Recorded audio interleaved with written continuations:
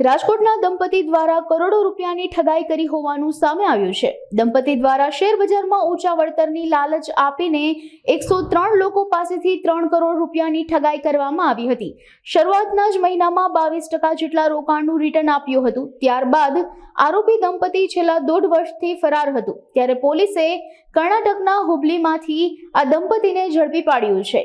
દંપતી વિરુદ્ધ ગુનાહિત કાવતરું અને જીપીઆઈડી કલમ હેઠળ ગુનો નોંધવામાં આવ્યો છે। તેમજ આરોપી રાહુલ સોની અને અદિતિ સોનીને 8 દિવસના રિમાન્ડ પર છે।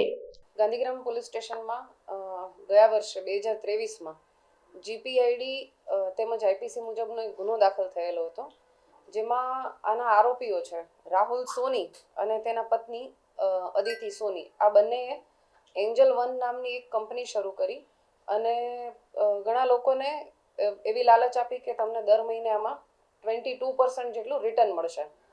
તો આના વાતમાં આવી અને ઘણા બધા લોકોએ એમાં પૈસાનું રોકાણ કર્યું અને 5-6 મહિના પછી આ જે કંપનીના જે માલિકો છે રાહુલ સોની અને અદિતિ સોની એ જગ્યા છોડી અને જતા રહેલા હતા અને આ જે ડિપોઝિટર્સ છે જેટલા એ લોકોને પાછળથી એમણે જે પણ રોકાણ કરેલું હતું જે પૈસાનું એ મૂડી કે પછી એનું 22% એવું કાંઈ પણ એમને મળેલ નહોતું, જેથી ગયા વર્ષે એમણે આ બાબતે ફરિયાદ નોંધાવી હતી અને એના માટે અમારી ટીમ કાર્યરત હતી। પરંતુ આ બંને વ્યક્તિઓ જે તે ટાઈમે પહોંચની બહાર હતા, પરંતુ તાજેતરમાં જ અમારી ગાંધીગ્રામ પોલીસ સ્ટેશનની ટીમ તેમજ ડીસીબીની ટીમ બંને દ્વારા મળી અને આ જે આરોપીઓ છે એને ટ્રેક કરી અને એમને પકડી પાડવામાં આવેલા છે।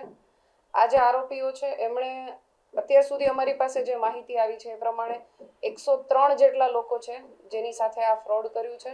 એની ટોટલ અમાઉન્ટ 3 કરોડ જેટલી થાય છે, આટલું ફ્રોડ કરેલું છે। હજી પણ અમે મીડિયાના માધ્યમથી તમામને જાણ કરવા માંગીએ છીએ કે જે આ એન્જલ વન જે કંપની આ લોકોએ બનાવી હતી રાહુલ સોની અને અદિતિ સોનીએ, આના જે પણ ભોગ બનનાર હોય તો જે પણ ભોગ બનનાર છે એ ગાંધીગ્રામ પોલીસ સ્ટેશનનો સંપર્ક કરે અને પોતાની વિગતો આપે, જેથી અમે આની વિગતવાર તપાસ કરી શકીએ। આ બંને આરોપીઓ છે એ હાલ અમારી કસ્ટડીમાં છે, એમને અટક કરી અને એમના રિમાન્ડ માંગવામાં આવેલા હતા અને નામદાર કોર્ટ દ્વારા એમના 8 દિવસના રિમાન્ડ પણ મંજૂર કરવામાં આવેલા છે અને વિગતવારની તપાસ હવે જે આરોપીઓ છે એમની પૂછપરછ સાથે વિગતવારની તપાસ ચાલુ છે। આરોપીઓ જે છે બંને એને કર્ણાટક ખાતેથી પકડવામાં આવેલા છે। એ બાબતે અમારી તપાસ ચાલુ છે। પ્રાથમિક રીતે જોતા એવો કોઈ ગુનાહિત ઇતિહાસ જણાયેલ નથી, માત્ર એક ગુનો જણાયેલ છે, પણ છતાં પણ અન્ય જે સ્ટેટ છે એમાંથી એની વિગતો મેળવવાની કાર્યવાહી ચાલુ છે। કોઈ પણ વ્યક્તિ એના સંપર્કમાં આવેલ હોય એમને કહેતા હતા કે ભાઈ અમે તમને 22% જેટલું આમાં ઇન્ટરેસ્ટ આપશું મંથલી, અને એ જે ઇન્ટરેસ્ટ છે એ દર 15 દિવસે આપી દેતા હતા। જેમ કે કોઈ વ્યક્તિએ 1 લાખ જેટલું રોકાણ કર્યું હોય તો 15 દિવસ થાય એટલે એને 11,000 રૂપિયા આપી દે। એવી રીતે એણે 3-4 મહિના જેટલું વ્યવસ્થિત લોકોને ઇન્ટરેસ્ટ આપ્યું, તો જેનાથી જે વ્યક્તિઓએ ઇન્વેસ્ટ કરેલો હતો એમના ઓળખીતા એ રીતે થઈ અને ઘણા બધા લોકો છે જેમણે આમાં ઇન્વેસ્ટ કર્યું।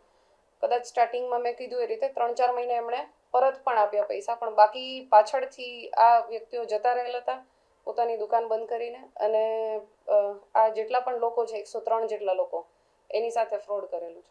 શેર બજારમાં રોકાણ કરવાનું કહી અને 22% જેટલું રિટર્ન મળશે એવી બાંહેધરી આપી અને તેઓ આ લોકો પાસેથી પૈસા પડાવે। અત્યાર સુધી જેટલી તપાસમાં ખુલ્યું છે એ પ્રમાણે ટોટલ 103 જેટલા ડિપોઝિટર્સ છે અને 3,29,00,000 જેટલી અમાઉન્ટ છે।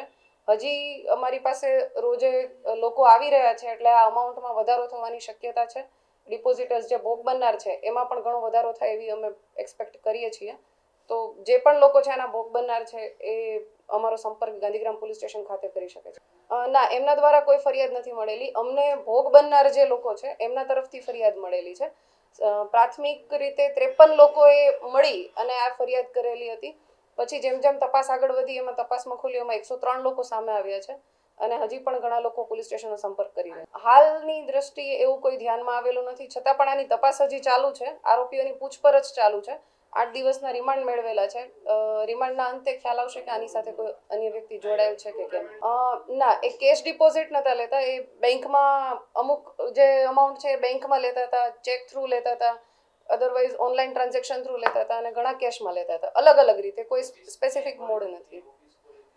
એમણે આ જ પોલીસ સ્ટેશન વિસ્તારમાં જ વેસ્ટ ગેટ કરીને કોમ્પ્લેક્સ છે, એમાં એમણે ઓફિસ ખોલેલી હતી. એ લોકો જે કરતા હતા એ બાબતેની તપાસ હવે આરોપીઓની પૂછપરછ થઈ રહી છે, તો એ બાબતે આરોપીઓ તરફથી માહિતી મળશે કે એ લોકો ક્યાંય રોકતા હતા કે કેમ, અને કઈ રીતે આ લોકોને જે 3-4 મહિને એમણે રિટર્ન આપ્યું છે તો કઈ રીતે રિટર્ન આપેલું છે એ બાબતે એમની તપાસ ચાલુ છે.